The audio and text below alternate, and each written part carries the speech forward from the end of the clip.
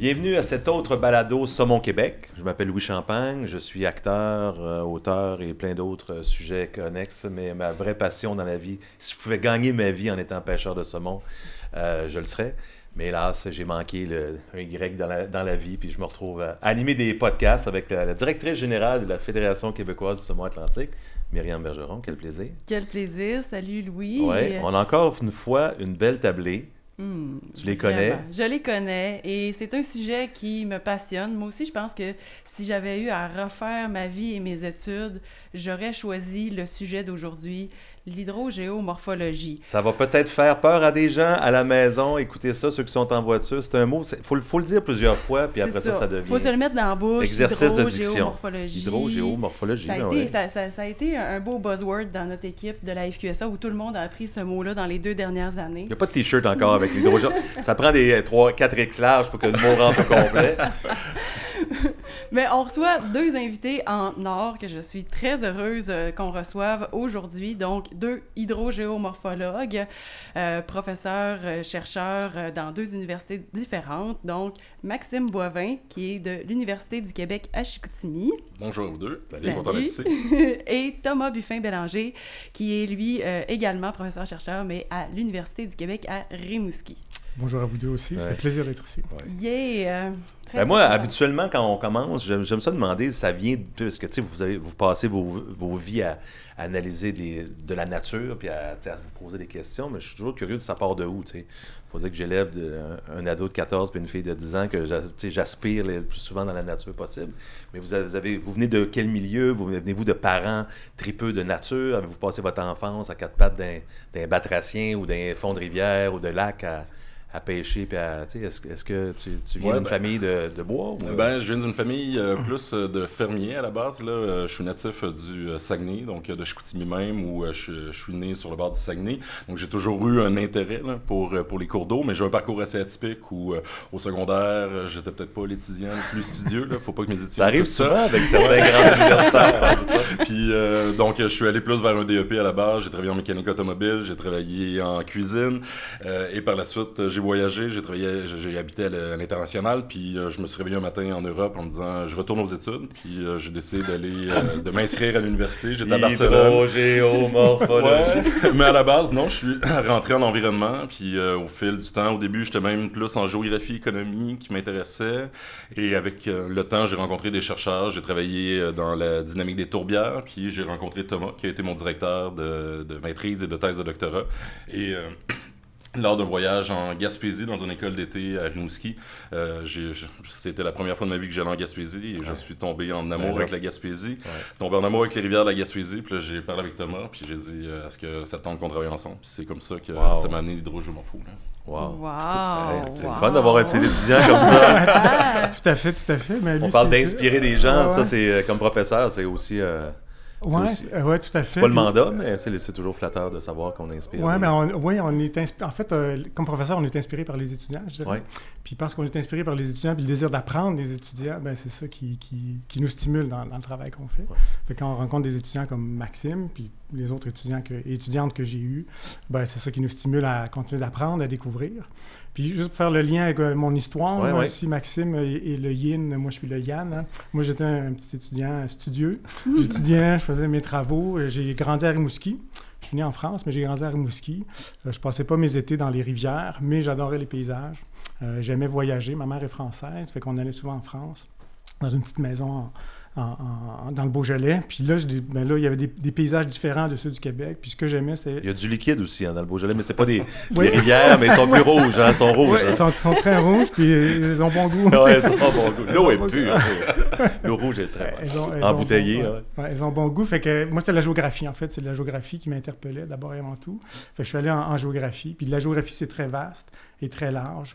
Puis on apprend là, différentes disciplines. Il y en a qui sont il y a le quaternaire, par exemple, la géomorphologie plus statique, plus dynamique, la climatologie, l'aménagement du territoire.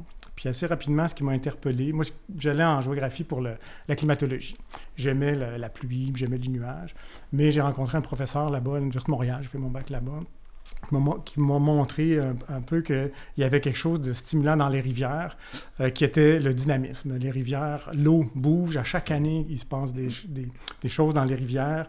Le régime des débits, les changements du paysage ou de la morphologie liée à la dynamique des crues. Puis c'est ça qui m'a interpellé, cet élément très dynamique qui est à l'échelle de nos vies.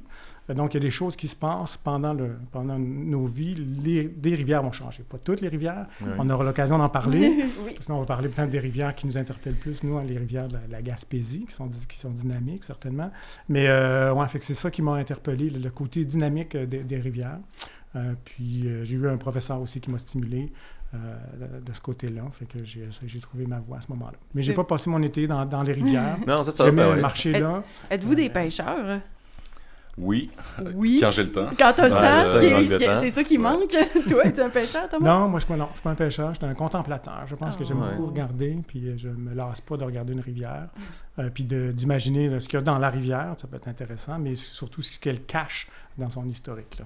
C'est merveilleux. Justement, peut-être qu'on peut commencer avec une grande question, puis je pense que tu as nommé beaucoup de choses, là, de... Qu'est-ce que c'est un peu l'hydrogéomorphologie? Je pense que c'est une discipline qui est super importante, surtout quand, pour l'instant, on va ramener ça au saumon aussi, dans toute la réflexion puis notre connaissance des rivières. Puis c'est une discipline relativement jeune, si je comprends bien, en fait, ou de plus en plus à la mode, j'ai l'impression. En quoi ça consiste? Oui, je peux peut-être faire la définition. En fait, l'hydrogéomorphologie, ça existe depuis longtemps. C'est une sous-branche, si on veut, de la géomorphologie. La géomorphologie, c'est l'étude des formes à la surface de la Terre et des processus qui les façonnent. Puis, on s'intéresse donc aux agents modificateurs du paysage, par exemple les glaciers, qui vont former puis éroder les paysages. Le vent, la même chose. Puis l'eau, éventuellement. Fait que la géomorphologie a des déclinaisons de types de géomorphologie. Donc, la géomorphologie fluviale, c'est l'étude des formes et des processus en lien avec les eaux courantes dans les rivières. Puis ça existe, la géomorphologie, depuis le début du siècle dernier, la géographie et l'évolution des paysages. La géomorphologie fluviale est apparue peut-être de manière plus importante dans les années 50-60, avec l'apparition notamment d'outils qui permettent d'analyser le paysage, dont les cartes topographiques. Les cartes topographiques donnaient accès aux géomorphologues à une quantité d'informations sur les pentes dans les versants, sur les réseaux de drainage. Puis il y a beaucoup d'analyses qui ont été faites pour comprendre donc, la structure des réseaux de drainage et leur évolution dans le temps. Puis, avec le temps, donc, il y a eu des outils qui ont été développés en géomorphologie fluviale, mais depuis quelques années, il y a le terme hydrogéomorphologie qui est apparu. C'est pour ça que c'est relativement récent.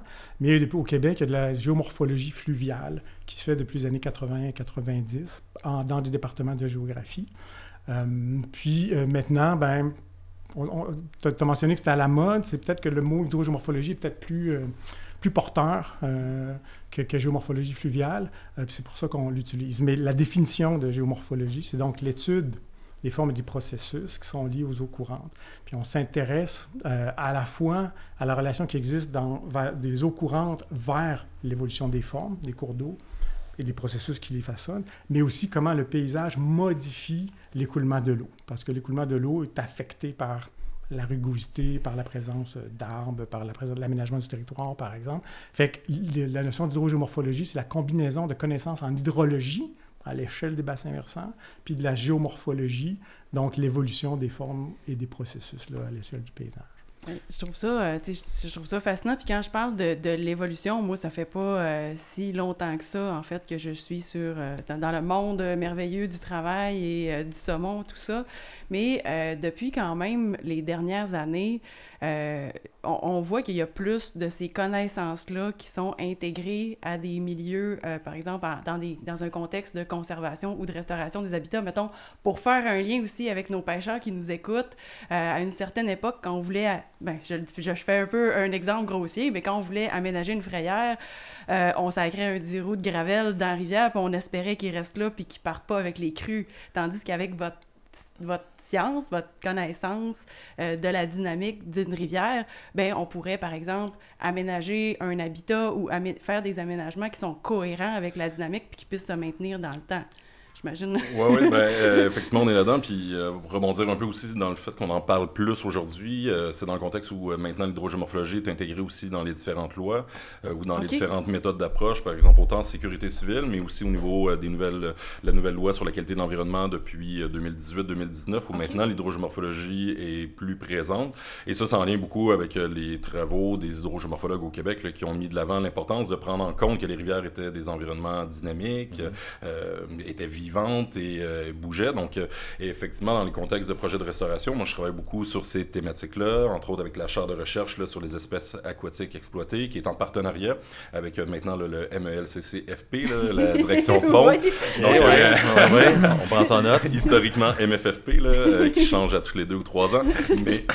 Mais le ministère de la Faune qui peut donc, où effectivement, on s'est rendu compte avec le temps, autant des travaux qui ont été faits ici au Québec, mais à l'international aussi, que de la restauration, comme on parle de forme, où on va aller mettre du gravier favorable pour les frayères, bien, comme les rivières sont dynamiques, ces sédiments-là vont être transportés au fil des crues, et souvent, ça ne sera pas périn dans le temps, ça ne sera pas durable. Donc, la frayère qu'on va avoir créée l'année passée, avec la prochaine crue, elle peut disparaître. Donc là, nous, avec l'hydrogéomorphologie, dans le contexte de prendre à l'échelle du bassin versant, c'est de se dire, on est mieux de restaurer, parce que s'il y a un manque de frayère, si c'est la réelle problématique, c'est que probablement, il y a une problématique en amont. Donc, il y a moins de sédiments dans le cours d'eau. Est-ce que c'est des enrochements? Est-ce que c'est des modifications au niveau des sources de sédiments? Donc là, l'idée, c'est de travailler sur les problématiques en amont où la frayère va pouvoir se régénérer par elle-même.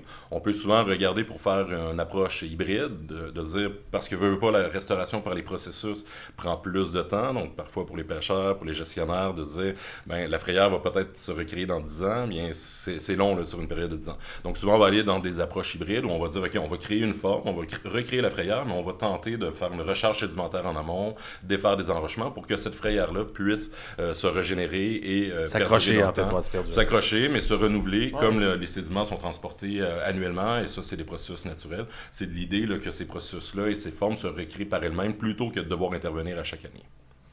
Mais c'est... je peux rajouter quelque chose, parce que moi, je donne des cours d'épistémologie, donc l'étude là, de l'évolution d'une discipline. Puis pour continuer sur l'hydrogéomorphologie, puis Maxime le mentionne bien, là, qu'il y a... Maintenant, c'est intégré dans des lois, puis il y a des outils qui apparaissent. Mais dans les années 80-90, donc c'était présent, mais il y avait un désir de comprendre des processus fondamentaux. Par exemple, le transport des sédiments, la structure des écoulements. Puis il y a beaucoup de connaissances qui ont été développées, puis il n'y avait pas tant d'hydrogéomorphologues quand même avant les années 2000. Mais donc, quelques professeurs qui ont eu des étudiants qui sont devenus, comme moi, des profs, comme Maxime. Fait que là, il y a un bassin plus large d'hydrogéomorphologues maintenant qu'il y avait dans les années, avant les années 2000. Puis pas juste dans le milieu académique, on le voit aussi dans les équipes de consultants, même les équipes de la FQSA s'intéressent à ça aussi. Fait qu'on se ramasse avec des gens qui continuent de se spécialiser là-dedans au sein d'équipes, c'est ça, en dehors du milieu académique comme tel. Fait que c'est vraiment intéressant. Oui, puis c'est là où on est passé de développement de connaissances plus fondamentales pour comprendre les systèmes fluviaux à une application, puis à une valorisation des connaissances qui ont été développées. Il fallait d'abord les développer, si on veut, à l'échelle d'une nation. Il fallait les développer, mais maintenant qu'elles sont là, on peut les mettre en pratique puis les partager avec nos disciplines. Puis l'arrivée, depuis les années 2000, de travaux puis de projets multidisciplinaires a fait, si on veut, favoriser le partage de ces connaissances-là, puis le dialogue entre des disciplines pour dire, ben moi, je connais ça sur les cours d'eau, comme géographe ou comme géomorphologue, toi, tu connais ça comme biologiste, ben ensemble, on a une connaissance plus approfondie sur le fonctionnement du système fluvial en intégrant la biologie puis les processus physiques, par exemple. Parce qu'il y a les acteurs naturels, en fait, il y a la nature, la force de la nature, puis j'ai toujours ce sentiment d'humilité quand on pêche en Gaspésie, là, dans les belles rivières de Gaspé, entre autres, même la York, où tu vois que c'était collé ça avant. Là, des fois, quand tu vois le cours d'eau dans lequel on pêche, tu te dis qu'il y a plusieurs milliers d'années, c'était une même... il n'y avait pas de craque là, ça a dû commencer par une goutte, puis un ruissellement, puis éventuellement, Mais est-ce que, là maintenant, vous sentez que vous avez une voix, parce que on a rencontré aussi des biologistes qui nous parlaient de... La nature est là, mais il y a l'industrie forestière, il y a les gens qui gèrent les ZEC, il y a tout ce qui se passe en dehors de ce que l'homme, la trace de l'homme, en fait. Comment c'est pour arriver... est-ce que votre voix a été entendue maintenant autour de ces tables-là, ou c'est encore un jeu de fesses pour s'asseoir sur le bout du banc pour en jaser, ou de plus en plus? C'est encore un combat, j'ai l'impression. Non, on le vit pas comme un combat. Non, OK. On le vit comme un défi, peut-être. OK. Comme un défi de faire connaître les connaissances qui ont été développées, puis les outils qu'on développe. Puis je pense qu'on adopte une posture qui est très humble, c'est ce que je dis souvent à mes étudiants. Les géomorphologues ou les hydrogéomorphologues apportent des connaissances sur un objet qui est les cours d'eau, comme d'autres disciplines peuvent le faire. Le génie civil, l'urbanisme, la vision des cours d'eau, l'aménagement du territoire, la biologie, la foresterie. Puis, au centre de ça, il y a un objet d'étude autour duquel se convergent plusieurs visions, plusieurs objectifs puis des éclairages différents sur des composantes de cet objet-là. Puis la meilleure façon de le comprendre, c'est d'intégrer l'ensemble de ces composantes-là. Puis je pense que c'est pour ça qu'on n'est pas dans un combat, on est plus dans une valorisation, puis dans un défi de faire connaître ce qui existe. Puis c'était le cas, donc il n'y avait pas beaucoup de géomorphologues, il y en a eu, plus fondamental, c'est devenu plus appliqué, puis je pense que maintenant, l'hydrogéomorphologie atteint un niveau de maturité et qui est reconnu dans des ministères, dans des organismes, de plus en plus. Puis là, le prochain défi, c'est qu'il y ait suffisamment d'hydrogéomorphologues, évidemment, pour rencontrer des besoins qui ont été créés par le développement de ces connaissances et de ces outils. Parce qu'il y a beaucoup de rivières aussi au Québec. Énormément de rivières, il y a aussi d'autres projets... électrique, on en parlera peut-être plus tard de barrages électriques, c'est dans le sens que, tu sais, je l'effleure là, mais on en reparlera un peu plus tard, tu sais. Donc, vous avez été unis par la Gaspésie, si je comprends bien, puis moi, c'est vraiment une de mes régions préférées pour la pêche, puis pour le bonheur, pour la vie. Si je pouvais gagner ma vie là, je le dis souvent, je vivrais là, mais donc, vous êtes unis sur la rivière Saint-Jean. J'aimerais ça savoir, parce que, tu sais, toi, tu étais ton projet de maîtrise. Comment ça s'est passé, cette affaire-là? Il y a un jeune étudiant, tu l'as amené là-bas, puis là, tu y as découvert... Comment ça s'est fait? Non, ça, c'est comme la vision classique. C'est le professeur qui amène l'étudiant. Non, c'est l'étudiant qui amène le professeur. Pas, Puis dans ce cas-là, c'est Maxime qui avait... On s'est rencontrés donc dans une école d'été, puis on a développé des affinités et personnelles et académiques sur la dynamique des rivières. Puis Maxime était intéressé à travailler sur les rivières. Puis le premier site d'étude, c'était la rivière Mont-Saint-Pierre, en Haute-Gaspésie. Qui était une petite rivière. Puis là, on avait un projet qui portait sur le bois puis la glace, parce que à l'époque, on essayait de développer des connaissances sur les dynamiques fluvio-glaciales, donc la présence de glace. Puis là, on avait un projet. Puis Maxime, c'est quelqu'un qui est très présent, très dynamique, très... passionné, très connecté. Puis il se promenait en Gaspésie. Puis je pense qu'il y a eu des relations ou pas un appel, mais des connexions avec avec la Société de gestion des rivières de Gaspé, parce que je faisais la maîtrise à la base, puis là, il y a eu la problématique des embarques de bois dans l'embouchure de la rivière Saint-Jean. Et là, c'était Jean Roy qui était là à ce moment-là? À l'époque, c'était Jean Roy, puis Jean Roy avait demandé une connaissance, une amie, pour dire on aimerait ça faire une étude pour essayer de comprendre pourquoi il y a autant de bois dans cette rivière-là. Et cette personne-là avait fait ses études avec Thomas à l'époque et a dit il y a Maxime Boivin qui travaille sur les embarques de bois à la maîtrise en Haute-Gaspésie, il serait peut-être intéressé. Puis on a commencé comme ça en disant OK, je vais mettre ma maîtrise sur pause. Et là, j'ai fait un contrat de recherche comme professionnel dans le labo à Thomas. On a fait un contrat très, très intense. On avait 6 mois là, pour remettre le livrable à la Société de gestion des rivières de Gaspé. Je pense que la FQSA était peut-être impliquée aussi. Il y avait les ministères.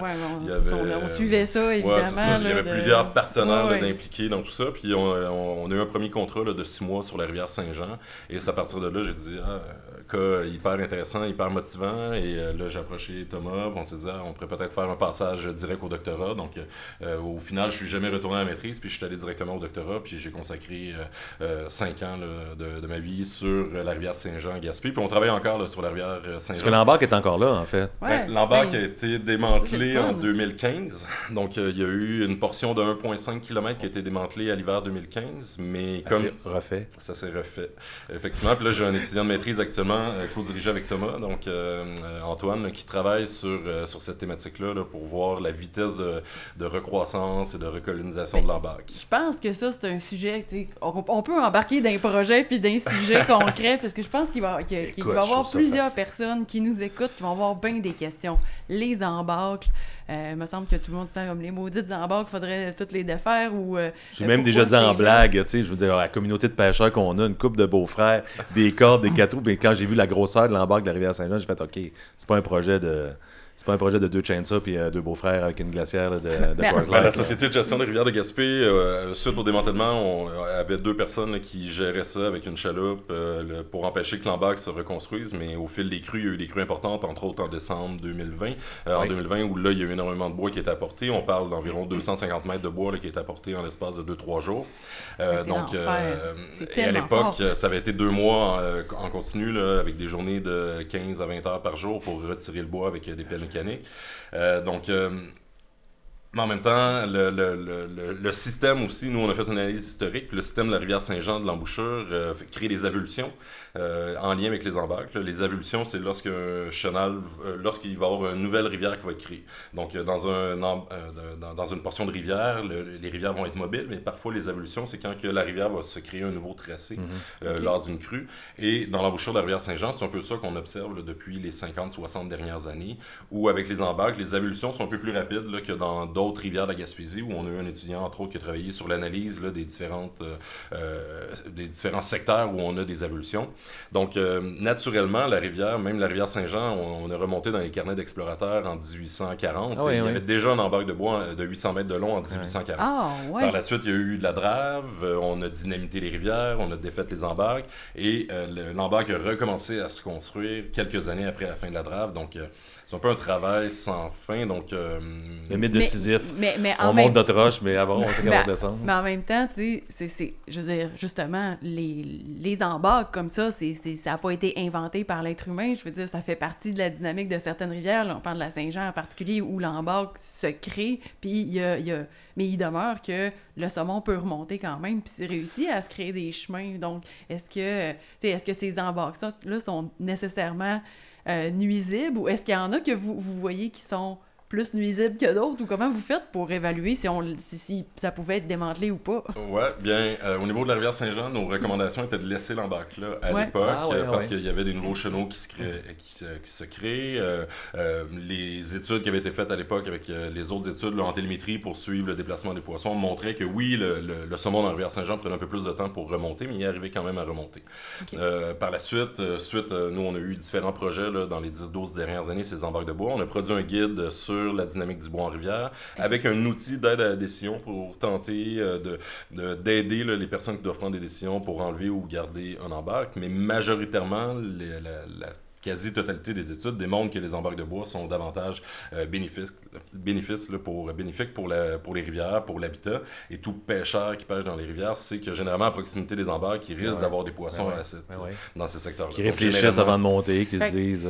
c'est des zones où on va avoir des écoulements plus lents, on va avoir des profondeurs généralement plus élevées, donc des fosses plus profondes, des températures d'eau plus froides.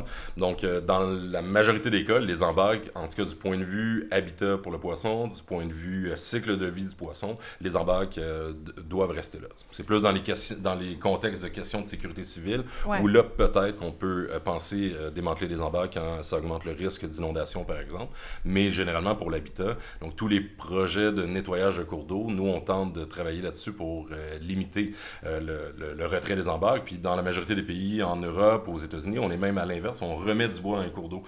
Pour créer ce genre d'écosystème... c'est de créer une diversité, une géodiversité de formes. Donc, et les embarques vont participer là, à créer cette géodiversité de formes-là qui va être utile à tout le cycle du saumon, par exemple. Autant dans les périodes de crue, où on va avoir des zones pour le saumon va pouvoir aller se reposer là. Durant l'été, durant les périodes de canicule, ça va être des secteurs qui vont avoir des températures d'eau plus froides. Donc, c'est surtout des avantages. Est-ce qu'il y a aussi des avantages notés comme sur la biodiversité? Là? On sait que peut-être des fois, est-ce qu'il y a des meilleurs habitats pour les truites, par exemple, ou encore alentour des embarques. Peut-être ça, les castors, ça pourrait être notre prochain sujet. Tu sais que je veux me partir une fédération du castor libre. Non. J'embarque. Oui. Ah oui, il y a un peu de castor. Mais est-ce qu'on voit aussi des effets sur la biodiversité en général autour des embâcles? Oui, nous au Québec, on n'a pas travaillé encore directement sur ces questions-là, mais encore en lien avec les projets qu'on développe avec la direction de la faune du MEL-CCFP. On veut... J'ai étourdi, je vois des points noirs. Il va-tu leur dire encore une fois? Je vois pas bien, là. Je sais pas comment le dire. Je vais aller m'étendre en arrière. C'est encore plus long, son nom complet. Mais on veut travailler sur ces questions-là là, pour travailler, utiliser par exemple tout ce qui est données ADN environnemental, les différentes stations que le ministère ont, pour essayer de coupler ces données-là. Mais à l'échelle, si on regarde la littérature scientifique, oui, c'est démontré que ça augmente la biodiversité, ça augmente la superficie des habitats. Donc, c'est favorable là, d'avoir des embarques dans les cours d'eau. Et en Gaspésie, c'est un travail sans fin, là, comme on dit. Là, c'est dans une des régions au monde où il y a le plus d'embarques de bois dans les cours d'eau, lié au fait qu'on a des rivières très, très mobiles, avec une plaine forestière à proximité. Donc, c'est naturel d'avoir des embarques et on va toujours en avoir en Gaspésie. Ah, puis je rajouterais, puis une réponse simple, c'est à ta question, là, est-ce que c'est nuisible les embarques? La réponse, c'est non. C'est pas nuisible. Puis quand ça l'est, les bénéfices, comme Maxime a mentionné, puis il a bien illustré, les bénéfices pour la biodiversité, donc l'ensemble des espèces, et pour une espèce en particulier, le saumon, sont de beaucoup plus grands aux nuisances que ça peut apporter s'il y en a. Fait que la présence des embarques de bois, c'est une valeur importante pour la qualité des habitats. Mais ce qu'il y a au Québec, dans notre compréhension de la dynamique des rivières, là, on entre encore, je vais encore utiliser un grand terme, là. Non, je suis solide, là. On entre dans ce qu'on appelle la sociogéomorphologie. Ouais. Oh, moi, je pense que j'ai compris. Je pense que j'ai compris ce que c'est. Quand on intègre la géomorphologie fluviale, c'est l'évolution des formes et des processus en lien avec la zone et les cours d'eau.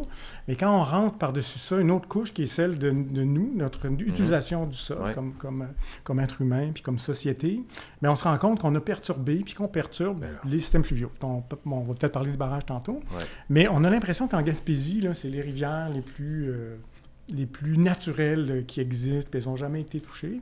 Mais c'est pas vrai, parce qu'il y a eu des activités qui ont marqué l'histoire de l'évolution des cours d'eau. Puis une des activités, puis Maxime l'a mentionné, c'est la présence de la drave. Puis quand on utilisait les rivières pour transporter le bois, ben c'est sûr que là, il n'y avait plus d'embarques. On ne voulait pas qu'il y en ait, on voulait que ça passe. Des fois, on linéarisait un peu les cours d'eau pour que le bois passe un peu plus vite. Les curves, on les sable. Puis les bancs de sable, on les enlève parce que nos bios, ça arrête là-dessus. Fait qu'il y avait une forme de maintien de la rivière dans un état pour optimiser sa fonction à ce moment-là, qui est transporter du bois. Mais ça, c'est au détriment de plein d'autres fonctions, dont la qualité des habitats aquatiques, dont la qualité paysagère, dont la diversité des formes. La drave, ça fait pas si longtemps que ça s'est arrêté. C'était quoi, dans les début des années 80, peut-être? Peut-être pas en Gaspésie, mais dans certaines... Gaspésie, généralement, c'est début des années 60. 60, donc tant que ça, fin 80 pour la Mauricie. Pour la Mauricie, c'est ça. C'est une des dernières, la Gatineau. Ouais.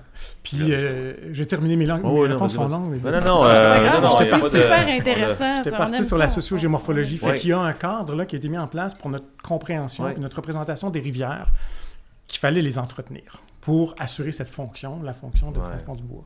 Puis dans ce temps-là, il y avait moins d'embarques de bois, il y avait moins de mobilité, moins de sinuosité dans les rivières. Puis là, graduellement, ça s'est terminé dans les années 60-70. Fait que les rivières reprennent un peu leur dynamique naturelle. Ouais. C'est ça qui est extraordinaire, puis c'est une bonne chose. C'est bien qu'on puisse en parler aujourd'hui. Oui, tout à fait. Donc, fait que là, il y a la drave, puis il y a aussi dans certaines vallées, dont la vallée de Mont-Saint-Pierre, puis Rivière-à-Claude, puis la Mont-Louis, où il y a eu de l'agriculture, une tentative d'agriculture dans les années 50-60. Fait que les plaines alluviales, là où les rivières sont les plus mobiles, elles étaient défrichées, puis il n'y avait plus de forêt dans l'endroit où la rivière pouvait se déplacer. Fait que là, graduellement, l'agriculture, c'est pas un succès. C'est un succès à l'échelle locale. Puis on sait qu'il y a des organismes qui font de l'agriculture locale, mais à l'échelle des plaines, ça marche pas. Fait que là, éventuellement, les forêts ont recommencé à reprendre la place dans le fond des vallées. La rivière bouge, fait qu'il y a plus d'arbres qui tombent. Fait que là, il y a des embarques qui apparaissent. Il n'y a plus d'entretien. Fait que tranquillement, ça redevient un environnement qui est plus naturel, finalement, ou plus d'origine, si on veut, la présence de bois, la présence de migration latérale, l'occupation de l'espace par la rivière liée à ces processus-là. Puis on a l'impression que c'est pas comme ça que les rivières devraient fonctionner. Mais en fait, ça revient... C'est une fausse perception. C'est un peu comme... je veux dire, des fois, j'entends les pêcheurs dire, là, ça n'a pas de bon sens, cette fosse-là, elle est disparue, ou les fosses se tassent, là, ça veut dire que ça va pas bien, mais dans le fond, ça veut pas dire que ça va pas bien si les fosses se tassent. On est juste dans... C'est drôle parce que le parallèle avec les lacs, pendant plusieurs années, il y avait des algues sur les lacs, puis le monde disait, il faudrait que vous enleviez vos quais de ciment. T'sais. Les gens ont enlevé leurs installations. Dans certains lacs, c'est resté. Ils ont enlevé les installations, puis ils disent, il faut que vous replantiez des affaires. Puis là, c'est replanté, puis les lacs sont en train de redevenir. C'est pas le même genre de... C'est pas autant en mouvement un lac. Il y a des fois des petites sources ou souterraines, mais ça veut dire que c'est un peu la même... C'est la trace de l'homme. En fait, la trace de l'homme, on le sait, c'est pas juste dans les rivières de Gaspésie, c'est à l'échelle internationale qu'on voit que on a vraiment sucé la moelle de cette planète-là. Mais là, en fait, c'est qu'il faut laisser aller la vraie nature, en fait, en partie, à moins que ça soit problématique pour... certains riverains, la sécurité. Non, mais je peux comprendre des gens qui y habitent maintenant, qui font leur vie là. Oui. Mais moi, j'ai vraiment... C'est assez concret là, dans ma tête des fois, mais quand vous partez là, en mission, là, comme le travail que vous avez fait sur 6 mois là, en Gaspésie, mettons sur la rivière Saint-Jean, l'étude, quand tu dis on avait un livrable à faire, là, premier matin, là, on se pogne un café au Tim Hortons au coin, puis on arrive là en voiture, en canot. Est-ce que à l'époque, les drones ne devaient pas être là? Mais qu'est-ce qu'on fait? Parce qu'il y a des instruments, hydrogéomorphologue, il y a des cartes, tu disais, il y a des cartes, il y a des instruments, mais qu'est-ce qu'on fait? On analyse l'eau, je veux savoir comment ça marche. Qu'est-ce qu'on ouvre? On ouvre le coffre, on arrive à job, là. On commence avec quoi? On met ses bottes. Ça dépend des projets. C'est assez variable, mais je te dirais que la première étape, là, c'est vraiment de parler avec les acteurs locaux. Là. Nous, on travaille beaucoup en collaboration. Par exemple, tu as parlé de Jean Roy tout à l'heure, ou le premier café qu'on a pris, c'était avec Jean Roy au café à Gaspé, pour discuter c'était quoi les besoins du partenaire local, c'était quoi la question. Puis là, nous, on a amené des idées par rapport à ça. Encore là, au niveau des méthodes, ça va dépendre. Par exemple, au niveau de la rivière Saint-Jean, c'est pas une rivière qui est si facile d'accès. L'idée, c'était de quantifier c'est quoi les volumes de bois qu'il y a dans le bassin versant. Donc, nous, en canot, avec un assistant de terrain ou 2 ou 3 assistants de terrain, on a mesuré l'ensemble des embarques de bois qu'il y avait dans les 60 km de rivière. Donc, on descendait la rivière en canot, on mesurait la longueur, la largeur, la hauteur, positionné au GPS pour savoir où ils sont. Puis on a fait des suivis comme ça. Le premier livrable, c'était 6 mois, mais au total, on a fait 5 ans de suivi. Donc, à chaque année, on a refait ces mesures-là. Donc tu peux voir qu'est-ce qui s'était passé. C'est de voir l'évolution. C'était quoi la vitesse de déplacement de ces embarques-là? Est-ce que ça vient alimenter l'embarque terminale qu'on avait dans l'embouchure de la rivière?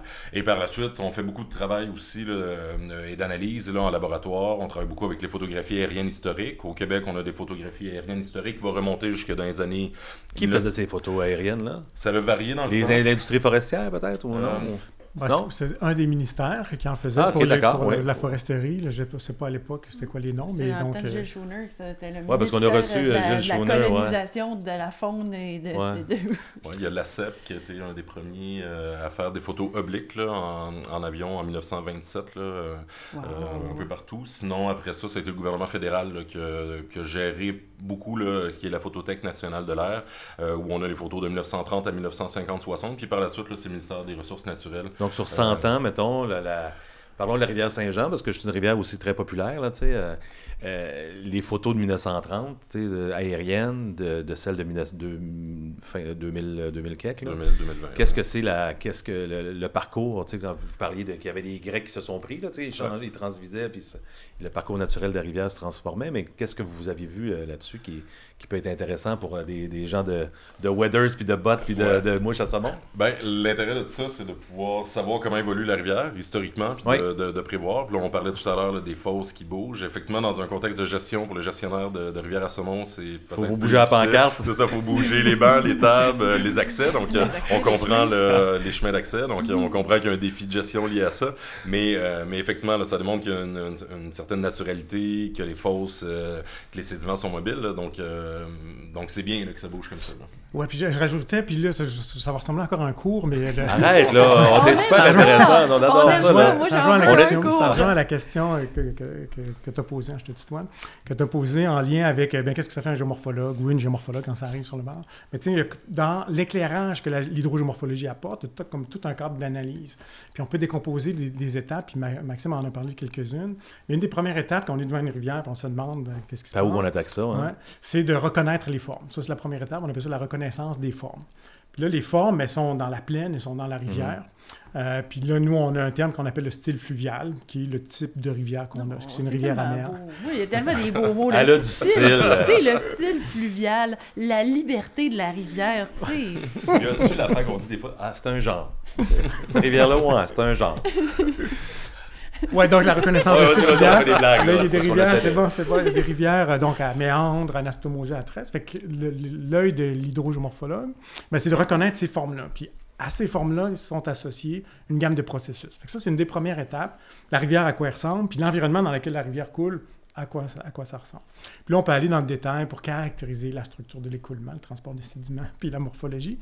Mais ça, c'est donc reconnaître, première étape. Deuxième étape, c'est l'idée de la trajectoire. Puis ça, c'est les photos aériennes. Comment la rivière, elle a évolué dans le temps.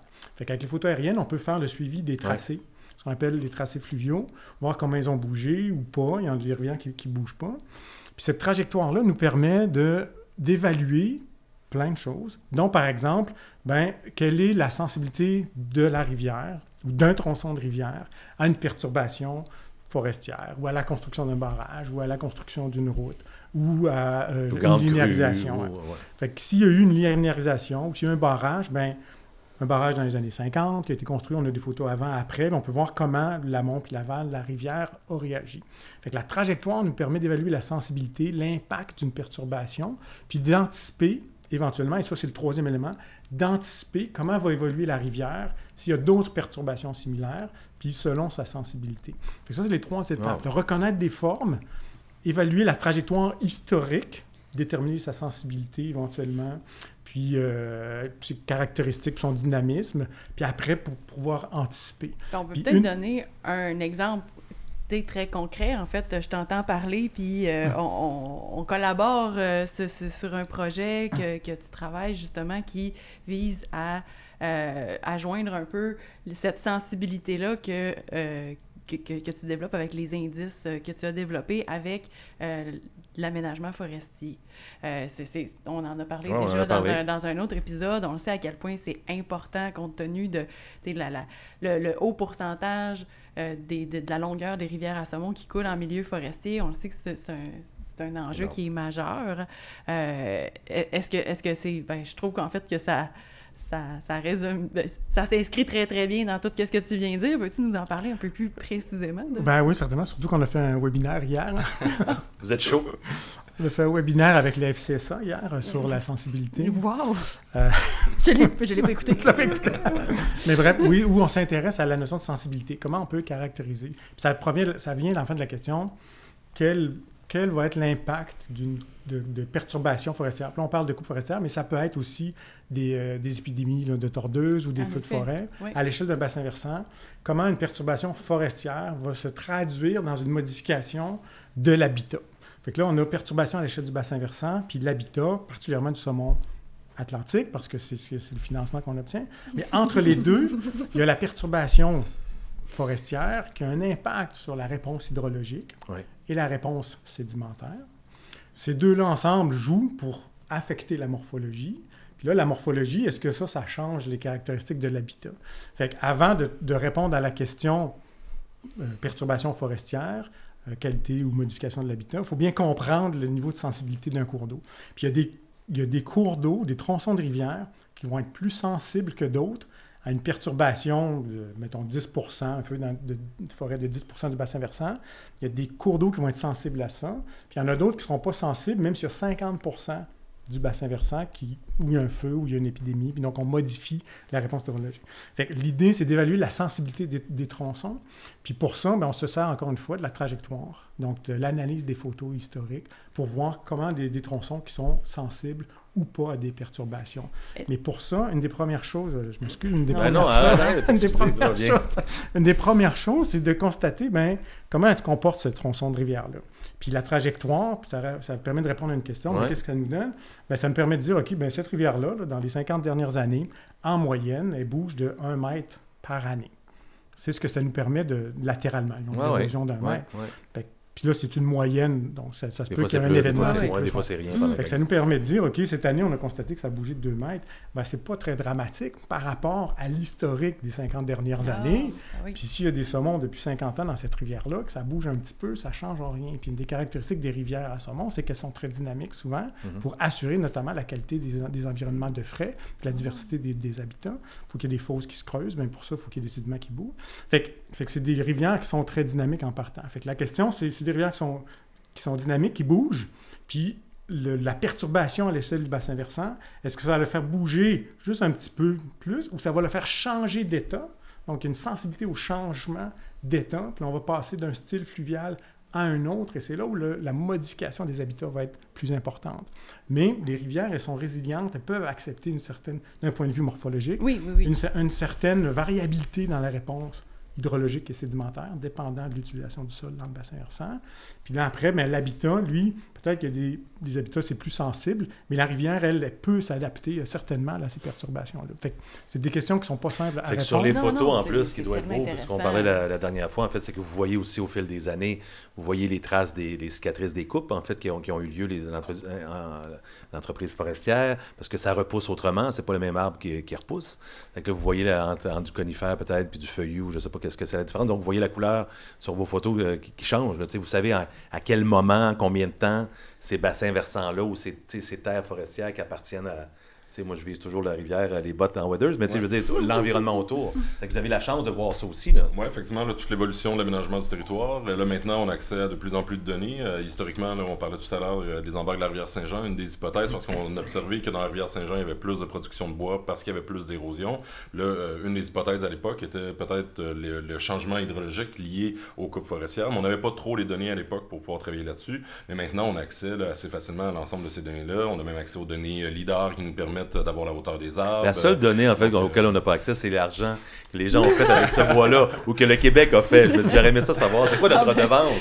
OK, ils ont tout coupé ça, tout ça. OK, wow, ben combien ça nous a donné? J'aimerais ça savoir, parce qu'on dirait que ça pourrait faire un baume sur le cœur. S'il y avait laissé une pancarte, ouais, c'est ça, investissement saumon pour la faire. Bon, ça, c'est mon rêve d'artiste idéal. Mais c'est ça, là, on a parlé beaucoup de, justement, de la sensibilité, puis on fait des liens avec avec la foresterie. Bon, on a parlé des embarques, mais il y a aussi des impacts avec d'autres utilisations du territoire et dans d'autres contextes, comme tu as mentionné l'agriculture, il y a aussi des territoires municipalisés. Puis j'aimerais ça ramener Maxime sur peut-être deux rivières qu'on connaît bien, puis qui sont en milieu municipalisé en grande partie, puis qui ont vécu une grande tragédie en 1996. Je pense que tu travailles beaucoup sur les rivières du Saguenay, donc surtout Rivière-à-Mars et Rivière-Saint-Jean-Saguenay. Oui, tout à fait. Moi, je suis à l'UQAC maintenant depuis presque 6 ans, donc là, j'ai migré un peu. J'ai encore des projets en Gaspésie avec Thomas, mais j'ai développé effectivement plusieurs projets au Saguenay-Lac-Saint-Jean, dont plusieurs rivières à saumon là, au Saguenay. Je travaille sur la rivière à Mars, comme tu as dit. L'Anse-Saint-Jean, on a les Escoumins qui est pas très loin aussi, en Haute-Côte-Nord, qui a été aussi impacté par le déluge Saguenay. Donc, depuis 2018-2019, que je travaille avec les ZEC ou avec Contact Nature Rivière à Mars, par exemple, pour travailler sur la restauration dans ces rivières-là, semi-urbanisées, avec des portions forestières en amont. On collabore sur le projet à l'Anse-Saint-Jean. Donc, effectivement, là-bas, où on a une perturbation majeure, qui était le déluge Saguenay en 1996, qui a affecté énormément de gens, qui a créé des inondations majeures, qui a modifié le cours d'eau. Quand on parlait tout à l'heure des changements de styles fluviaux, on est passé d'une rivière d'un style divagant à une rivière à tresse, donc avec extrêmement large, jusqu'à 200 mètres de large. Et en partie bétonné et en partie enroché. Oui, bien, historiquement, on n'avait pas tant d'enrochement. Donc, moi, où là, les projets arrivent, c'est que suite au déluge, là, on était dans un contexte où on voulait reconstruire les plaines alluviales. Donc, on voulait reconstruire les berges des rivières très, très rapidement avant la crue de 1997. Et là, effectivement, il y a eu énormément d'enrochements et de stabilisation de berges qui ont été faits. Et suite aux premières discussions qu'on a eues avec les gestionnaires, entre autres Marc-André Galbran, avec qui on collabore pas mal, puis qu'on adore, où il y avait des problématiques où on voyait que le lit de la rivière s'abaissait. On ne savait pas encore à l'époque les chiffres, mais le fait d'installer de la stabilisation de berges, on parle quand même de entre 60 et 70% des berges en aval qui sont enrochées, qui sont stabilisées. Donc ça, lorsqu'on regarde ou qu'on prend les cartes d'analyse pour analyser un objet complexe comme les rivières, bien, on peut regarder le bilan sédimentaire un peu ou si la rivière est en équilibre ou non. Donc là, pour qu'une rivière soit en équilibre, comme les sédiments sont évacués à chaque année, bien, ça prend les sédiments qui viennent remplacer les sédiments qui sont évacués par les crues. Mais si on met 60-70% de berges enrochées, bien là, on n'a plus d'érosion des berges, donc on n'a plus ou presque plus de nouveaux sédiments qui sont emportés dans le cours d'eau. Et dans certains secteurs, par exemple la rivière Amers ou à l'Anse-Saint-Jean, on parle de 4 mètres d'incision du lit du cours d'eau. Donc en 98, par exemple, où on a les relevés, le lit de la rivière était 4 mètres plus haut qu'il l'est aujourd'hui. Donc là, ça amène des changements majeurs. Oui, c'est immense, c'est vraiment dans les taux d'incision les plus élevés connus au Québec. On n'a pas énormément de données historiques là-dessus, qu'est-ce qui est difficile à travailler. Et donc là, l'idée dans la rivière Amers et à l'Anse-Saint-Jean, c'est de regarder des secteurs où la stabilisation est peut-être pas primordiale d'un point de vue sécurité civile ou même pas du tout importante pour tout ce qui est enjeu de sécurité civile et de retirer ces ouvrages de stabilisation-là pour ramener un espace de liberté un peu plus large au cours d'eau, un espace de mobilité pour que la rivière puisse s'éroder et apporter des sédiments dans le cours d'eau pour maintenir un certain équilibre. Parce que lorsqu'on a une incision, tout le système, toute la rivière va finir par se rajouter, les pentes vont augmenter. Donc là, si les pentes augmentent, les graviers, par exemple, pour la fraie, sont évacués beaucoup plus rapidement et ça amène un plan d'eau qui est beaucoup moins diversifié, l'absence de fosses. Donc ça amène une rivière là, qui perd beaucoup en termes de superficie d'habitat. Ben oui. Qu'est-ce que c'est la réaction des gens? Parce que ça a été quand même un traumatisme, même si, de mon point de vue extérieur, de Montréalais, j'ai l'impression que la main humaine avait... Là où la main humaine n'avait jamais mis le pied, mais il y a eu une affaire de circonstances aussi à ce déluge-là, puis il y a une partie peut-être humaine, je pense. En fait, c'est sûr qu'il y a des grands barrages, la grande aluminerie, tout ça, mais c'est quoi la réaction des gens? Parce que là, cette étude-là est en train de se faire. Mais mettons que j'ai mon chalet ou ma maison sur le bord de la rivière, puis je me dis, ils vont enlever... J'ai plus de troubles depuis 20 ans, là, est-ce qu'ils s'en viennent, ils vont lever les roches, là, même si vous leur dites « Hey, on a étudié ça, nous autres, avec nos cartes », c'est quoi la réaction des gens présentement autour? Est-ce qu'il y a une bonne oreille à ça? Ou Nous, on a une sensibilité à ça, puis là, on rentre dans la socio-géographie. C'est ça que j'allais dire, Thomas, il va être content. que Thomas parlait. Donc, chacun, on a un étudiant qui travaille sur ces thématiques-là de socio-géomorphologie, où on a mis en place, par exemple, un laboratoire vivant pour travailler avec les différents intervenants, avec la population, où on implique la population dans nos projets, pour pas que ça arrive pour dire, OK, on a identifié tel enrochement, puis on enlève ça, puis vous n'avez rien à dire. Donc, en amont, déjà, on implique la population, puis les acteurs locaux, municipaux, l'ensemble des personnes impliquées, et on fait de la sensibilisation aussi, on explique. Nous, dans les méthodes qu'on a utilisées avec une étudiante qu'on co-dirige, moi et Thomas, où on travaille pour cette cartographie-là des espaces de mobilité, espaces de liberté, où on est capable de projeter quels seront les taux d'érosion potentiels en retirant les enrochements pour démontrer à la population qu'il n'y aura pas de risque. Oui. Puis on prend en compte que ça a été, comme tu le disais, un événement traumatisant pour les gens, puis les gens en pensent encore. On a une collègue à l'UQAC qui travaille sur tout ce qui est éléments traumatiques liés au risque naturel. Donc il y a une sensibilité importante à prendre par rapport à ça. Je te dirais que majoritairement, l'ouverture et l'intérêt des gens est très, très élevé, puis il y a une ouverture par rapport à ça. Il y a toujours une certaine frange de la population, comme dans tout projet. Non, mais c'est fait avec doigté, puis c'est fait de façon... c'est pour la survie de la rivière aussi. Comment, je sais pas, toi, est-ce que tu es au courant? Comment va la pêche sur la rivière Saint-Jean? Moi, j'ai pêché il y a peut-être une vingtaine d'années, mais... Ben, tu sais, c'est sûr qu'il y a moins de saumon. Ben, il y a beaucoup de préoccupations pour les populations de saumon, puis on s'en rend compte qu'il y a une problématique au niveau des habitats. C'est fondamental. Si, à un moment donné, tu n'as pas des bons habitats, même si tu ensemences, même si tu essaies de faire n'importe quoi, il n'y en aura pas plus de saumon. Fait que c'est vraiment, il y a un retour à travailler sur la base de l'enjeu qui est un enjeu relatif à tout ce que tu as expliqué, puis ça fait qu'il n'y a pas d'habitat qui est suffisamment en santé. Fait que, oui, il y a des choses à faire, ça va relativement bien, malgré le fait qu'on est préoccupé par cette rivière-là, mais je voudrais témoigner aussi de nous autres, notre expérience. En fait, on a commencé à travailler aussi sur un projet avec Maxime et son équipe, mais avec la ZEC de la rivière de l'Anse-Saint-Jean. Puis ça a été une grande inspiration, en fait, ce que vous faites, parce que c'est exactement ça. là où on s'insère bien, c'est tout le côté de sensibilisation, d'information. On travaille avec la municipalité, on a fait des consultations citoyennes, on fait comme toutes les étapes avec la communauté, la collectivité, puis je trouve tellement qu'il y a un engouement important parce que justement, il y a un attachement profond à la rivière, au territoire. Ils comprennent qu'il y a des enjeux de sécurité, mais il y a aussi des enjeux d'habitat. Je veux dire, à un moment donné, il n'y en a plus de poissons. Si la rivière n'est pas en santé, les gens, ça les préoccupe profondément. Fait qu'ils veulent se mobiliser. Puis quand on les implique dans le processus, c'est extrêmement riche. Puis je trouve qu'il y a plus de...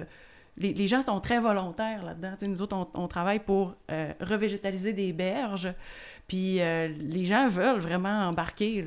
Oui, puis c'est améliorer au final la naturalité là, de ces environnements-là. Donc même si tu n'es pas pêcheur de saumon, juste le fait, c'est plus joli, en tout cas à mon point de vue. Ben oui. Il y a des murs de roche. Beaucoup de monde d'aller marcher sur le bord d'une rivière qui va être plus une plaine forestière que des enrochements avec une plaine. Parce que veut pas, quand ils ont retravaillé les plaines, ils ont tout bulldozé l'ensemble, la plaine alluviale. Donc il y a peu de végétation qui arrive aussi à se mettre en place dans ce secteur-là. Donc c'est d'améliorer le côté naturel de ces environnements-là à proximité de zones urbaines. Donc, je pense qu'il y a un intérêt. Puis, j'ai une question, en cours. Peut-être que tu peux répondre, Myriam, ou peut-être vous autres. Je ne sais pas, ça sort peut-être un peu de votre champ d'expertise. Je ne sais pas comment ça... Moi, pour un gars qui a une humble culture générale, tout est dans tout. Mais pour vous autres, mais je me demandais, mettons un saumon qui remonte la rivière, sa rivière. Là, on sait qu'en plus, il y a eu des saumons qui avaient été tagués il y a longtemps, puis se sont trompés de rivière, puis sont retournés à leur vraie rivière. Mais mettons, j'arrive, je suis un saumon, je remonte la rivière... Saint-Jean, Saguenay, puis j'arrive en haut, puis je fais comme, mon Dieu, c'est pas ici que je vais pouvoir faire ce que j'ai à faire après 3-4 ans en mer, c'est-à-dire frayer. Est-ce que le saumon, naturellement, d'instinct, comme beaucoup d'animaux, est-ce qu'il monte, puis il fait comme, pas sûr, puis il change de rivière, ou ben non, il fait comme, je vais m'essayer ici, puis effectivement, avec la crue, ça va paraître. Est-ce que les saumons désertent leur rivière naturelle, leur rivière natale, ou je sais pas? Oh, c'est une bonne question. Alors, un prochain balado avec... on va prendre des appels. Je sais pas. Non, mais je suis curieux. On a une biologiste. J'aurais pas de réponse appuyée sur bien des papiers scientifiques, mais disons sur mes connaissances, puis plusieurs observations qui sont faites un peu partout. Généralement, le saumon va trouver une place, puis va frayer dans un endroit inefficace. C'est ça aussi, souvent. Il y a plusieurs rivières... entre autres, là, où il va y avoir soit des passes migratoires ou du transport de saumon plus en amont, là où il y a des habitats de fraie, entre autres, qui sont meilleurs. Mais il y a toujours des saumons qui vont rester là, dans la portion aval, où souvent ça va être plus profond, puis les conditions, les frayères sont pas de vraiment bonne qualité, là, fait que c'est les moins intelligents. Ben non, mais ou les moins chanceux, ou peu importe, c'est quoi, peu importe pourquoi ils sont là, s'ils sont là, qu'il y a les déclencheurs environnementaux qui leur disent que c'est le temps de frayer, la température est là, l'ensoleillement est là, ils vont prendre l'endroit qui est là. Je suis trop émotif là, par rapport à ça. Quitte à avoir un taux parce que la question, je ne sais pas si le concept de plasticité ou tu sais, il y a une gamme de maisons dans lesquelles on peut habiter, hein, comme nous. Il y a les châteaux, puis il y a la tente, là, fait qu'il y a cette gamme-là. Puis que si on a le choix, ben peut-être qu'on va prendre une qui nous plaît plus, puis dans laquelle on se sent bien. Mais si on n'a pas le choix, on va dormir dans une tente, à l'étoile. Fait que je pense qu'il y a ce concept-là, qu'à un moment donné, il y a une préférentialité, mais il y a une gamme de possibilités qui est plus vaste que celle qu'on pense. Oui, puis même dans des mauvais habitats, je veux dire, il peut avoir un taux de survie. C'est sûr que le taux de survie des œufs va être nettement inférieur, puis là, après ça c'est super variable selon plein de conditions. J'élève mes enfants dans le pire quartier, semble-t-il, de toutes les statistiques, Hochelaga, Maisonneuve, à Montréal. Je pense qu'ils vont réussir à frayer un jour, peut-être. D'après moi, ça va bien aller. Écoute, il y a tellement, j'ai plein de notes, j'ai tellement d'autres choses à faire. Je voulais parler de la rivière Jacques-Cartier, je voulais parler de... Mais tu sais, en même temps, je reste sur la façon de... Tu sais, j'essaie de ramener ça à la façon d'analyser. En fait, chaque rivière, ce que je comprends, c'est que chaque rivière s'analyse de façon différente parce qu'autour, on n'a pas les mêmes données. Est-ce qu'il y a des rivières au Québec, tu sais, dans ce que vous avez vu, je sais qu'il y a des champs d'expertise, mais vous avez sûrement analysé la plupart des rivières au Québec. Il y en a-tu qui n'ont pas bougé bien? Tu sais, mettons, il y en a-tu que tu fais comme... ouais, qu'est-ce qui s'est passé là? Ils sont plus sauvages, parce que avant-hier, on parlait de la Grande Rivière, tu sais, la rivière Grande Rivière que j'ai pêchée pour la première fois cet été, qui est vraiment assez sauvage, puis un côté, ça a l'air de... je pense qu'elle est divisée en deux, parce qu'en haut, c'est quoi? C'est de la montagne, je me souviens pas comment on l'appelle, mais ça a l'air que d'un côté, il y a pratiquement rien, il n'y a pas eu beaucoup de coupe de bois, et la rivière aurait gardé son parcours? Je ne sais pas si vous en avez d'autres ou c'est... Bien, ça revient aux styles fluviaux. Il y a des styles fluviaux, il y a des rivières là, qui n'ont pas bougé sur toutes les photos aériennes qu'on a, qui n'ont pas bougé, ou même des cartes historiques. Puis ça dépend de l'environnement dans lequel ils s'écoulent. C'est plus de roc, c'est plus de... Oui, ou des sédiments fins. Toutes les rivières qui coulent dans les basses terres du Saint-Laurent, par exemple, dans les milieux argileux, elles sont très peu mobiles. Il y a des glissements de terrain, c'est un autre processus. Mais il y a la rivière Well, par exemple, en aval, qui est une rivière en saumon. Sur les photos historiques, là, c'est pratiquement ça ressemble. ça ressemble. Fait que là, c'est le contexte dans lequel la rivière s'écoule. Puis c'est un style fluvial à méandre stable qu'on décrit, versus des rivières à méandre dynamique, où là, il y a une mobilité latérale. Fait que c'est la reconnaissance de la forme qui est associée donc à un style fluvial et une gamme de processus. La mobilité, c'est un processus qui est présent dans les rivières. Il y a deux grands processus, l'érosion puis l'inondation. Puis la mobilité, c'est un des processus. Fait que c'est là où la reconnaissance intervient. Puis tu pourrais nous montrer une rivière, puis on pourrait te dire, avec notre expertise, bien, on pense que celle-là, elle ne bougera pas pendant longtemps pour X raisons. Puis, je vais revenir peut-être sur certains éléments en lien avec les projets dont Maxime t'a parlé. Là. Puis, on a 2 étudiants qui travaillent sur la sociogéomorphologie, puis la gestion des rivières. Donc, chaque rivière est un peu particulière. Fait que quand on fait la gestion d'une rivière, dans une perspective de gestion de l'habitat ou autre, la gestion de rivière, il y a deux grandes considérations. La première, c'est le potentiel de la rivière. Puis c'est son état, ce qu'elle peut faire, ce qu'elle va faire, puis comment elle va se comporter. Puis ça, c'est l'hydrogéomorphologie. Puis d'autres disciplines là, qui peuvent apporter un éclairage là-dessus. Puis ça oriente vers des choix de gestion. Mais il y a un autre élément qui est associé aux choix de gestion, c'est les souhaits de la société. Puis là, je suis en train de vous parler d'un diagramme d'un étudiant là, qui a fait donc les choix de la société ou les souhaits de la société. Puis nous, on reconnaît, c'est là où l'hydrogéomorpho apporte un éclairage sur des choix de gestion, mais après, il y a des choix de la société qui doivent être faits. Oui, effectivement. Puis ça, c'est des valeurs, c'est comme on parlait, de la mobilisation, je trouve, citoyenne dans le cadre de ces 2 projets-là. Ça reflète vraiment l'importance que prend les milieux naturels, l'environnement, la santé du bassin versant versus d'autres considérations qu'il pourrait y avoir. Oui, puis là, on entre dans les fonctions que joue un cours d'eau, la diversité des fonctions. Puis l'habitat, c'en est une, l'esthétisme, c'en est une, le charriage des sédiments, c'en est une autre, la résilience. Puis on se rend compte, par exemple, que des cours d'eau qu'on laisse aller vont être plus capables de retenir une crue importante parce qu'il y a plus de rugosité, il y a plus d'espace. Fait que si on lui laisse l'espace l'espace nécessaire, les dommages vont être moins importants.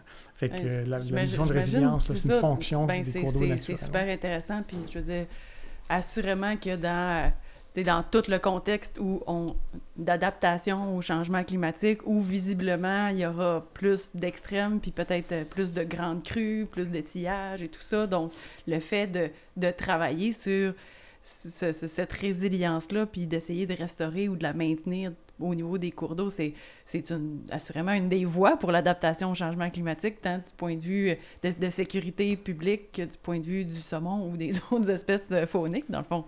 Oui, bien certain. Le fait d'avoir un cours d'eau, là, on a parlé un peu brièvement d'espace de liberté, mais c'est l'espace minimal qu'une rivière a besoin pour avoir les différents processus que Thomas parlait tout à l'heure, donc érosion, inondation. Donc, les cours d'eau qui sont stabilisés, enrochés ou pris entre des éléments anthropiques, urbanisme et occupation du territoire, mais c'est reconnu qu'ils sont moins résilients autant pour tout ce qui est sécurité civile, inondation, érosion des berges, mais aussi en termes d'habitat. Donc, il y a moins d'espace pour absorber ces crues-là. Puis on l'a vu avec la crue du déluge de 96, c'est un peu l'espace de liberté de la rivière que la rivière est allée rechercher par elle-même. Et souvent, une des problématiques, c'est historiquement, on s'est construit le long des cours d'eau parce qu'on utilisait ces cours d'eau-là. Donc, dans un contexte de changement climatique, les risques sont encore plus élevés et les rivières vont moins se rajouter. Si on avait laissé aller, par exemple, les rivières du Saguenay, Rivière-à-Mars, à Lens-Saint-Jean, sans la refermer avec des ouvrages de stabilisation, bien probablement que la rivière serait revenue à son niveau naturel beaucoup plus rapidement qu'aujourd'hui, puis j'aurais pas besoin de faire des projets sur la restauration parce que la rivière aurait retrouvé son niveau d'équilibre naturel, aurait recréé ses propres formes, versus là, on tente de recréer un espace de liberté qui a été détruit par l'homme, par les travaux qui ont été faits à l'époque, parce que les connaissances n'étaient pas comme ils le sont aujourd'hui, donc ça a été fait d'une manière ouverte à l'époque, il n'y avait pas dans bien d'autres domaines, il y a eu ça, l'intervention de l'homme. C'est ça, on fait au mieux de nos connaissances. Au mieux de nos connaissances, au moment où ça arrive, le contexte de sécurité publique était nettement plus important que les autres considérations. J'étais là, moi aussi, j'étais jeune, mais... mais un élément qui manquait à l'époque, on parlait tout à l'heure de la reconnaissance des cils fluviaux, c'est si on avait regardé les images aériennes historiques, on aurait vu que la rivière était une rivière divagante. Okay. Donc peut-être qu'on aurait pu faire une déstabilisation de berge, mais de laisser un peu plus d'espace, de faire des enrochements, mais de laisser de l'espace pour avoir le style divagant, parce que c'est le contexte géographique qui fait en sorte qu'on a une rivière divagante là. Mais au lieu de reconstruire une rivière divagante, on a reconstruit une rivière à méandre, stable, donc qu'est-ce qui correspond pas dans le système qu'on est. C'était presque prévisible, en fait. Là, est-ce que vous avez commencé à démanteler ou... Pas encore. Ça reste quand même un défi, autant au niveau financement, au niveau législatif. Donc, le laboratoire vivant qu'on a mis en place, là, c'est vraiment super, qui a permis de réunir là, une trentaine de personnes de l'ensemble des ministères, autant fédéral, provincial, pour parler de ces questions-là. Parce que même en termes réglementaires, ça risque d'être dans les premiers projets d'aussi grande envergure là, de démantèlement. Là, on travaille actuellement là, pour mettre en place peut-être un partenariat là, pour pouvoir avoir une coordination là, qui pourrait travailler avec les différents intervenants parce que veut pas pour des gestionnaires de rivières à saumon, par exemple Contact Nature, c'est un gros mandat là, bien sûr.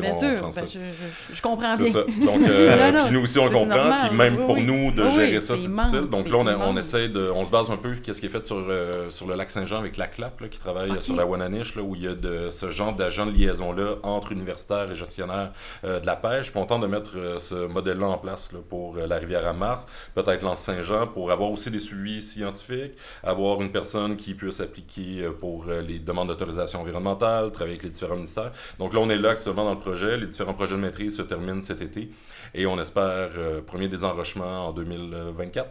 Wow. Écoute, ça va être pour les 40 ans de la FQSA. Hein? On peut-tu aller couper un petit cordon là, ou sabrer le champagne, je sais pas.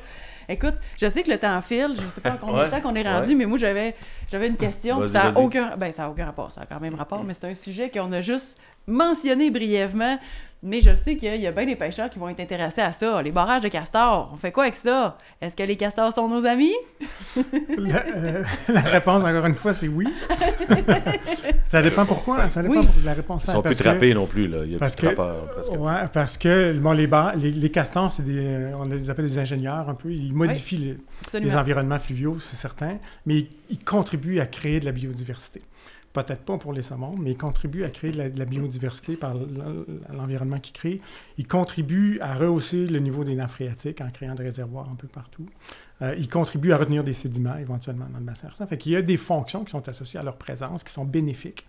Mais il y a quand même des enjeux avec la présence des barrages de castors. Oui. S'il y a des chemins à proximité, puis s'ils vont faire leur barrage dans un ponceau. Fait qu'il y a des enjeux avec ça. Il y a des enjeux sur la montaison ou le transit. Est-ce qu'il y a des effets? Est-ce que les castors empêchent les montaisons de saumon? Les études, en fait, les études qu'on a, nous, montrent que non. Ça se peut ponctuellement, ici et là, mais qu'en moyenne, ça ne nuit pas à la migration, de la même manière que les embarques de bois dans les rivières ne nuisent pas à la montaison. Il va toujours avoir des périodes où il va y avoir des échancrures ou des niveaux d'eau plus élevés. On a eu un projet, là, entre autres, sur la rivière Ouelle, c'est ça, exact. avec les barrages de castors. Puis on n'a pas fait d'analyse télémétrique parce que les gestionnaires ne voulaient pas aller vers ça, mais avec un suivi par caméra où on voyait que à différents niveaux d'eau, on avait toujours, sauf dans les débits d'étiage, mais il y avait tout le temps des périodes où le saumon, par exemple, ou d'autres types de poissons pouvaient migrer vers l'amont ou dévaler vers l'aval. Donc, il y a toujours des périodes potentielles. Donc, les avantages sont plus élevés que les désavantages liés à la présence de barrages. Donc, nous, on est aussi dans la posture où on préconise de laisser les barrages de castors. Mais on reconnaît les enjeux d'aménagement du territoire puis tout ça. Fait qu'il y a des décisions à prendre. Puis là, encore une fois, c'est des souhaits. Est-ce que les bénéfices de les avoir? Est-ce qu'il y a des aménagements particuliers pour éviter que le barrage se mette à un endroit X et Y? Puis ça existe. Il y a des travaux dans ce sens-là. OK. Je pense qu'il y a aussi... il y a même des passes migratoires. On avait déjà parlé de ça, je pense. Des passes migratoires comme temporaires ou exact, pour aider le saumon à passer par-dessus des barrages. Il y a plusieurs exemples aux États-Unis. Il y a même un guide. C'est des mini-passes migratoires, un peu comme pour les barrages hydroélectriques qui sont installés sur les barrages de castors là, pour pouvoir permettre... Ça a-tu déjà été essayé là, au Québec? Au Québec, à ma connaissance, non. Aux États-Unis, il y a même un guide là, des bonnes pratiques là, pour faire des... Il faudrait essayer ça serait le fun. Moi, j'aimerais ça. Ou même des études télémétriques là, que nous, on aimerait mettre en place ou si d'autres collègues là, sont intéressés. Là. On dirait qu'il y a de l'intervention humaine avant qu'on va se rendre là. On dirait que mon histoire de 2 beaux-frères avec une glacière, ça va peut-être se régler avant qu'on fasse la relocalisation de castors ou de Non, mais tu sais, c'était intéressant, puis on en a déjà parlé. On avait déjà écrit un article dans le magazine Saumon, par exemple. On en parle de plus en plus. Puis pour la FQSA, c'est un élément qui est important, je trouve, justement, de pas prendre pour acquis que la présence de castors est nécessairement quelque chose de négatif pour le saumon, quand c'est pas mal souvent ça, la perception, puis on s'en rend compte à la lumière de cette discussion-là. C'est une perception parce que les études démontrent qu'il y a des bénéfices à la présence de castors. Après, ben tu sais, c'est ça, comme tu dis, Thomas, il y a des choix à faire, puis il y a des situations peut-être qui nécessitent qu'à certains endroits, c'est pas approprié d'en avoir, ou il y a une gestion qui doit être faite, puis c'est bien normal. Mais dans notre ADN, il n'y a pas si longtemps que ça, les castors, c'était... On les trappait, je veux dire, c'était ça aussi, là, ça fait partie de ça. Là. Est-ce que... aux États-Unis, il y a des endroits où ils font des aménagements en cours d'eau qui mimiquent les barrages de castors. Fait qu'il y a des stratégies d'aménagement. Puis de... Donc, ils ne s'installent pas là parce qu'ils font « il y a déjà quelqu'un ici. » C'est des barrages analogues pour recréer les avantages d'avoir des barrages de castors. Il n'y a pas de castors, l'humain recrée des barrages. Un peu comme le tantôt, vous donniez l'exemple de remettre du bois dans les cours d'eau. On travaille de remettre des sédiments dans les cours d'eau aussi. Donc, l'autre optique, on parlait de défaire des enrochements, mais on peut faire aussi de la recherche sédimentaire. Là, il y a des projets, parce qu'on ne pourra pas recréer, enlever l'ensemble des enrochements, par exemple, sur la rivière Amasse. Donc, en complément, on va faire de la recherche sédimentaire. Donc, on va remettre des sédiments dans le cours d'eau que la rivière va venir éroder à chaque rue pour venir réalimenter les sections en aval. Là. Donc, c'est un peu recréer. C'est tellement drôle, puis je trouve ça bien de voir cette nuance-là pour les gens, parce que on pense souvent à l'érosion, c'est pas bon, puis c'est vrai qu'il y a des problématiques d'érosion à bien des endroits qui sont propres, avec des situations propres à ces enjeux-là, mais l'érosion, c'est pas toujours négatif, puis en fait, c'est nécessaire dans une certaine mesure. Fait que... c'est souvent... c'est un beau paradoxe, mais c'est intéressant. Tout à fait, puis j'ajouterais, puis c'est peut-être important de le différencier, c'est que nous, on est quand même biaisés vers des rivières dans lesquelles il y a ce qu'on appelle du transport en charge de fond. Fait que c'est les sédiments qui sont transportés sur le lit de la rivière, mais il y a les sédiments qui sont transportés en suspension, qui, eux, sont associés à d'autres types d'érosion en champs agricoles, par exemple, qui contribuent à la qualité de l'eau. Puis donc, quand on parle d'érosion, nous, on est beaucoup orienté sur de l'érosion de sédiments plus grossiers qui vont contribuer à l'évolution de la morphologie ou l'alimentation de la morphologie du lit des rivières. Mais il y a des sédiments fins, naturellement, qui vont partir. Mais s'il y a une surabondance de sédiments fins, là, il y a d'autres enjeux au niveau de la qualité des habitats, puis des frayères, puis tout ça qui apparaît. Oui, justement, que là où on parle que les sédiments fins peuvent aussi aller ultimement colmater des frayères ou encore altérer la qualité de l'eau. Donc, c'est le genre d'exemple qui arrive. Fait qu'il y a comme une nuance à apporter, une distinction. Là, les sédiments en suspension puis en charge de fond. Ceux en charge de fond, c'est ceux qui contribuent à la diversité des formes dans la rivière. Ceux en suspension, ils sont présents, il y en a dans toutes les rivières, mais quand c'est en surabondance, là, ça peut devenir un enjeu, certainement. Donc, il y a de la bonne érosion et de la mauvaise. Oui, c'est ça, mais ça, c'est la nature est merveilleuse pour ça. Est-ce qu'on prend une petite parenthèse sans tomber là, dans une grande discussion, parce qu'on approche de la fin de tout ça, là, mais en tant que citoyen... pêcheur, mais en tant que citoyen qui a beaucoup à cœur la nature du Québec, là, présentement, on est dans une période où on parle beaucoup de grands barrages, de ramener ça, d'en produire d'autres. Moi, j'ai mon opinion là-dessus. On en parlait un peu avec vous arriviez, à propos de diminution de tout ce qu'on utilise, je pense d'abord, mais... Est-ce que j'ai espoir que si jamais il y a des discussions de grands barrages quelque part, il y a des gens de votre gang qui vont être assis à la table? Ou ben non, ces affaires-là, c'est lié par... c'est l'économie qui tire par là, puis après ça, on va se dire, mon Dieu, on aurait dû appeler les géomorphologues pour les hydros... non? est-ce que, tu sais, je suis curieux de savoir ce que vous en pensez. Je ne sais pas si en tant que chercheur puis professeur, vous pouvez mettre les pieds sur certains œufs, là, mais en tant que citoyen, j'ai envie de vous entendre là-dessus, là, avec votre œil de lynx. Oui, moi j'ai répété un peu ce que j'ai dit tantôt là, sur l'éclairage qu'on peut apporter. Ouais. Puis l'hydrogéomorphologie au Québec, elle est bien présente. Donc, s'il y a des barrages qui arrivent... Vous allez être là à table. Ben, il va y avoir, peut-être pas nous, il va y avoir des hydrogéomorphologues, puis de plus en plus les ministères dans les analystes. Il y en a qui ont, au Pêche et Océan Canada, par exemple, ils ont suivi des formations, ministère des Transports, les analystes au ministère de l'Environnement ont suivi des formations en hydrogéomorphologie. Il y a maintenant des hydrogéomorphologues là. Fait que les questions en lien avec la dynamique des rivières vont être présentes, mais c'est un éclairage. Puis après, il y a les souhaits de la société, puis l'économique qui est là. Puis c'est vrai qu'on a des opinions personnelles, comme vous avez. Absolument. Mais l'éclairage qu'on apporte de l'hydrogéomorphologie peut être considéré. Puis ça a déjà été fait. Hydro-Québec, là, moi, j'ai travaillé sur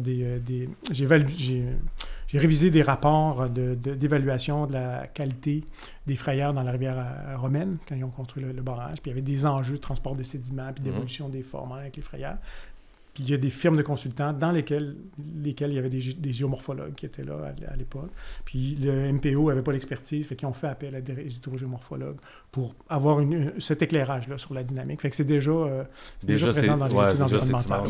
Je trouve ça quand même... je trouve ça quand même intéressant de voir, justement, il y a eu toutes sortes d'améliorations au niveau des ingénieurs qui construisent les barrages, qui en font le design, qui, justement, prennent en considération ces enjeux-là. Puis sur les barrages qui sont construits, comme les barrages de la Romaine récents, ont plein en tout cas, d'éléments qui sont ajoutés pour assurer justement une certaine connectivité sédimentaire ou encore éviter que, dans le cas où ça s'applique, là, que des smolts qui descendent soient broyés dans les turbines. Bon, il y a différentes sortes d'aménagements qui sont faits sur les barrages pour justement répondre aux besoins de limiter l'impact. On comprend que ça demeure quand même, c'est immense, puis je veux dire, ça a toutes sortes d'impacts, mais on décide collectivement qu'on utilise de l'électricité et qu'on utilise de l'hydroélectricité. Fait que c'est des choix de société aussi.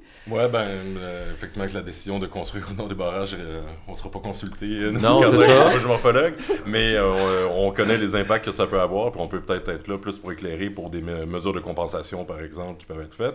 Sinon, nous, on travaille aussi plus dans le cas, il y a énormément, là, on parle de gros barrages hydroélectriques, mais il y a aussi énormément de plus petits ouvrages, de plus petits barrages, de barrages hérités de la Drave, de barrages historiques qui ne servent plus, où on peut travailler aussi sur ces barrages-là, parce qu'on va arriver, là, actuellement, entre autres, j'ai travaillé sur la rivière des Escoumins, où ça a été un des premiers barrages à être démantelé en 2012,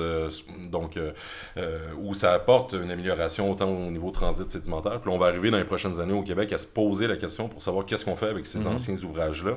Et aux États-Unis encore, ou en Europe, on est beaucoup là, dans le démantèlement de ces barrages-là. Absolument. Et je pense qu'au Québec, il faut commencer à réfléchir à ça là, pour les plus petits ouvrages, pour diminuer l'impact, parce qu'on parle quand même de dizaines de milliers là, de structures là, qui sont installées un peu partout sur nos cours d'eau. Donc, c'est à ce niveau-là, je pense que... Ça, c'est impressionnant. Puis effectivement, je pense que... De petites centrales, de petits barrages. Je pense qu'il y a un désir... Il y a un désir d'aller vers là, mais j'ai l'impression que c'est un peu comme si on ne savait pas par où s'y prendre, là, on ne sait pas par où commencer. Puis il y a beaucoup d'expertise à développer sur le démantèlement de ces barrages-là, comment on fait pour restaurer les rivières, comment on fait pour bien faire les choses, prendre les bonnes décisions, puis au niveau, je pense, réglementaire, des fois, puis les permis, c'est difficile de suivre un peu la parade avec ce désir-là. Fait qu'il y a comme ça tout va avoir un effet cadre domino aussi, j'ai l'impression, plus il y a de l'expertise autour de ça. Je pense que oui. On est loin, là, 60 ans, presque 60 ans plus tard, de la création de ces barrages-là, peut-être dans les années 40-50. Même plus vieux. Même plus vieux que ça, oui. Okay. Ça peut aller jusqu'à fin des années 1800. C'était la colonisation, c'était la construction de notre Québec, c'est fait comme ça. On essayait de... Mais là, les barrages arrivent en fin de vie, là, donc on doit se poser la question si on fait la réflexion de ces barrages-là ou on les enlève. Donc, faut soulever la question, développer l'expertise, effectivement. Puis, en terminant, dans vos classes, donc moi, ça me donne beaucoup d'espoir, étonnamment, là, parce qu'on parle de sujets quand même assez... ils peuvent être assez troublants quand on voit les changements climatiques qui se passent, puis des décisions qui se sont prises, mais mener 50, 60 ans plus tard, tu fais c'était peut-être pas la bonne, mais comment ça se passe dans vos classes? Est-ce que, mettons, la flamme que Thomas t'a allumée quand tu étais jeune étudiant, puis ça vient, la flamme il y avait peut-être de l'essence quelque part en dedans de toi qui faire ça, là, je dis pas que c'est juste toi, mais comment ça se passe, comment vous voyez ça, le futur de ces jeunes-là là, qui sont en train d'étudier avec vous dans votre classe, puis est-ce que vous sentez que, parce qu'on est dans une nouvelle ère, je trouve qu'il y a beaucoup de jeunes qui ont à cœur tellement la nature, la préservation, comment vous voyez ça, beaucoup d'espoir? Oui, je vais mettre à deux niveaux. À deux niveaux, ben, les étudiants qui sont dans nos classes, puis il y a les étudiants qu'on encadre dans des projets de recherche, puis qui sont animés. Les étudiants dans nos classes, c'est certain qu'en général, en tout cas en géographie, il y a certainement un désir chez les étudiants de préserver l'environnement, puis d'avoir des mesures d'atténuation. Puis les étudiants à l'UQAM, quand on fait des sorties sur le terrain, il y avait un comité environnement, puis là, on s'assurait de ne pas impacter les endroits où on allait quand on est sur le terrain, de ramasser, là, il y a des mesures de ramasser le compost. Fait qu'il y a beaucoup de mesures qui sont bien présentes chez les étudiants et étudiantes, puis ça, ben, j'ai de l'espoir. Puis l'autre, fait que dans les classes, là, rapidement comme ça. Oui. Puis après, avec les étudiants qu'on encadre dans la maîtrise puis au doctorat, ben, comme avec Maxime, ben, l'espoir provient de la stimulation que ça génère dans la discussion, dans le développement d'idées. On a passé beaucoup d'idées aujourd'hui, là, ça ne paraît pas, mais qui proviennent d'échanges avec nos étudiants, puis de discussions avec nos étudiants. Fait que nous, on grandit. Fait que ça donne de l'espoir parce qu'il y a ce désir-là d'apprendre chez ces étudiants-là et étudiantes là, qui font la maîtrise, qui enrichissent nos réflexions à nous, qui développent leur réflexion, puis qui développent des outils aussi. Puis en hydrogéomorphologie, on est beaucoup là, développer des outils au service d'aide à l'édition pour les MRC, les organismes comme la FCSA ou les tables GIRT là, pour l'indice de connectivité. Fait qu'il y a ce désir-là chez nos étudiants. Il y a moins de désir de développement de connaissances fondamentales, mais de désir de valoriser des connaissances dans des outils qui vont être utiles et bénéfiques, qui vont éclairer. Fait que ça, on est beaucoup là-dedans. Et sinon, on voit aussi un bel avenir autant au niveau de l'embauche. On reçoit beaucoup d'offres d'emploi où on cherche des hydrogéomorphologues un peu partout. Le défi qu'on a, c'est de recruter assez d'étudiants qui vont venir, par exemple, en géographie, qui vont venir par la suite à la maîtrise, au doctorat avec nous. Puis là, ça fait lien aussi un peu avec au secondaire. Souvent, la géographie qu'on apprend au secondaire, c'est les capitales, la carte. Donc, on n'enseigne pas la réelle géographie.